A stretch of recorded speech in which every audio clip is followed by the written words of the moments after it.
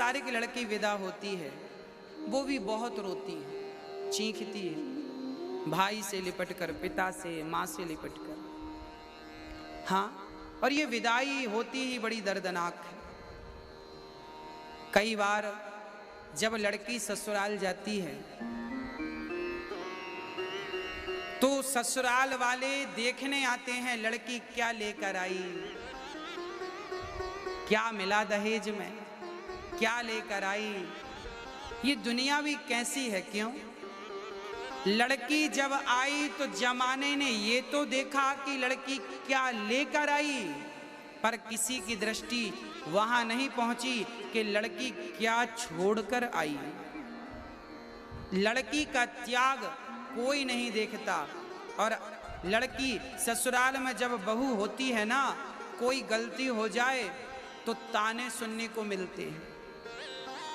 रोटियां यदि गोल गोल नहीं आई तो सास ताने मारती है, तेरी माँ ने नहीं सिखाया रोटी बनाना। सब्जी में जरा सा नमक ज्यादा हो जाए तो ताने सुनने को मिलते हैं। अच्छा, मैं आपसे पूछता हूं, आपकी बेटी से यदि गोल गोल रोटी ना आए तो क्या आप उसे ताने मारेंगे? नहीं, बल्कि हाथ पकड़कर सिखाएंगे कि ऐसे नहीं ऐसे। आपकी बेटी से गलती होती है तो आप उसे ताने नहीं मारती, बल्कि उसे सिखाती हैं। यदि हर सास अपनी बहू की गलती पर ताने ना मारकर उसे सिखाने लग जाए तो हर बहू बेटी हो जाए और हर सास माँ हो जाए और ये झगड़ा सदा सदा के लिए समाप्त हो जाए।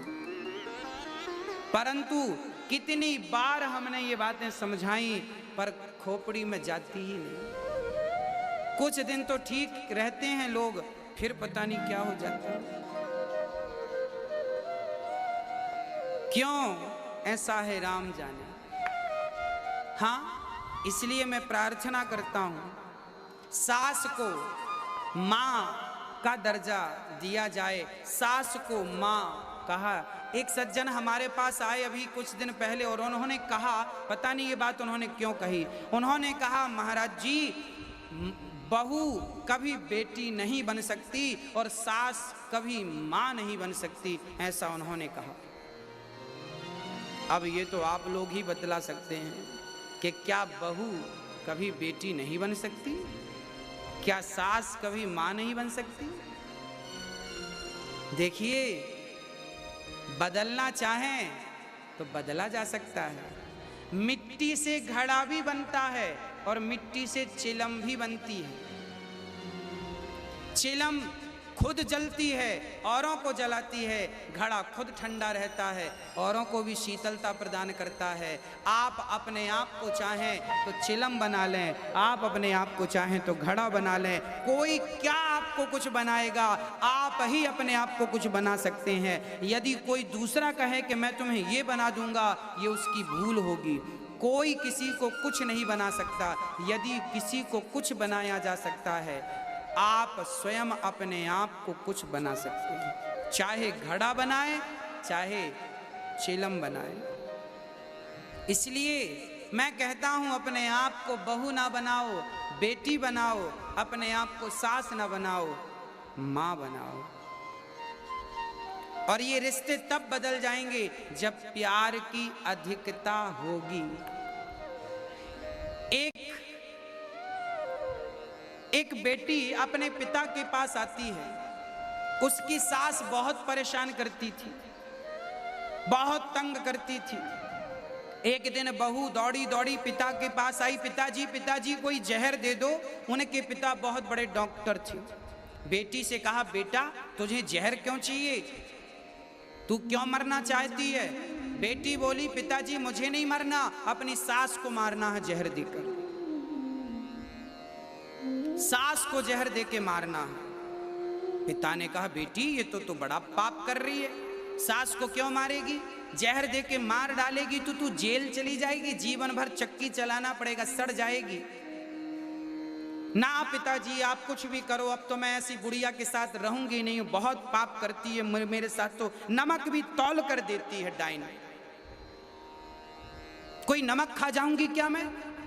अब अपशब्द पे अपशब्द और गालियों पे गाली, जो बहू के अंदर गुस्सा था पिता के सामने सारा निकाल दिया। पिता समझ गए कि जरूर इसके साथ कुछ गलत हो रहा है, पर पिता तो पिता थे।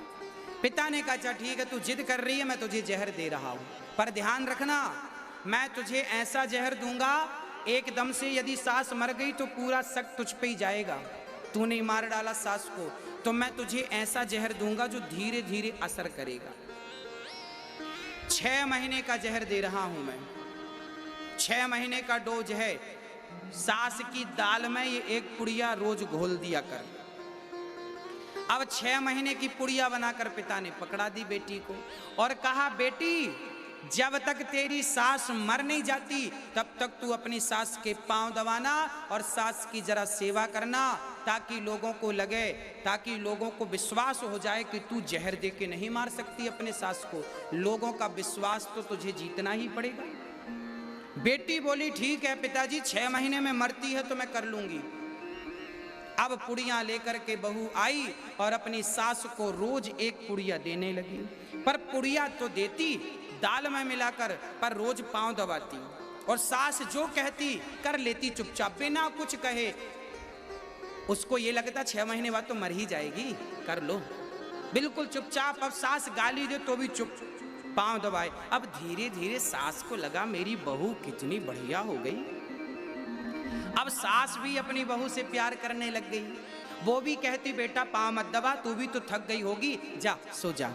और सुन कल तू थोड़ा देर तक सोना, सुबह मैं उठ के काम कर लूंगी। अब सास घर का काम कभी कभी करती, कभी सास भोजन बनाने लगती। अब बहू कभी कभी बहू बर्तन मांज धुल देती तो कभी सास बर्तन, मतलब मिल बांट के अब काम होने लगा। अब बहू को लगने लगा मेरी सास तो बहुत अच्छी हो गई, ये तो मेरे साथ हाथ बटाने लग गई, ये तो काम करने लग गई। धीरे धीरे सास और बहू का इतना प्यार हो गया, इतना प्यार हो गया कि सास बहू के बिना ना रहे और बहू सास के बिना ना रहे। अब उसे याद आया कि सास को 6 महीने पूरे होने को आए, अब तो ये मर जाएगी और अब मैं चाहती नहीं हूं कि अब पिता के पास दौड़ी दौड़ी पिताजी पिताजी सुनो, वो सास की जो गोली तुमने दी थी रद्द करो उनको। क्या हुआ बेटा? पिताजी मैं अपनी सास को मारना नहीं चाहती, पहले तो लग रहा था कि मैं मार डालूं, पर सास तो इतनी बदल गई, इतनी अच्छी हो गई कि अब तो वो इतना प्यार करती है कि पहले मुझे खिलाती है बाद में खुद खाती है, और पूरी चाबियां उसने मुझे दे दी, जो करना है बहू तू कर। अब तो मुझे कोई दिक्कत नहीं है सास से, माँ की तरह मुझे प्यार करती है, माँ की तरह रखती है। पिताजी आपको ऐसी दवाई दो कि मेरी सास मरे ना, बल्कि मेरी उम्र भी उसको लग जाए। तब पिता ने कहा बेटा चिंता ना कर, जो तुझे गोलियां दी थी वो केवल चूरन की गोलियां थी, चिंता की कोई बात नहीं। चूरन था हाजमौला। अरे पिताजी तो ये बेटा जब तूने अपना स्वभाव बदला, मैंने कहा था ना कि तू अपने आप को बदल देगी तो सामने वाला अपने आप बदल जाएगा। जमाने को आप तब बदल सकते हैं भक्तों जब आप अपने आप को बदल देंगे। अपने आप को बदलने की शक्ति यदि आपके भीतर है तो आपके भीतर जमाने को बदलने की भी शक्ति है, और यदि आपने अपने आप को नहीं बदला तो जमाने को बदलने का सोचिए मत।